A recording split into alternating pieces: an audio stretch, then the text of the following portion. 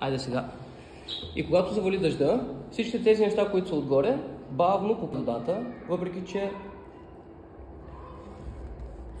Виждате ли осветената вода как стига надолу? И всичките тези отрови... Сега, тя е доста червена.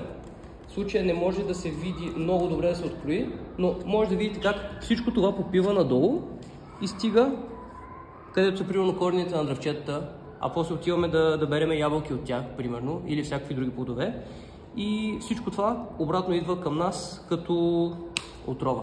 И затова е важно да запазим земята чиста и тия неща, които ги хвърляме, просто или да ги почистиме, или повече да не замърсяваме това, което е като...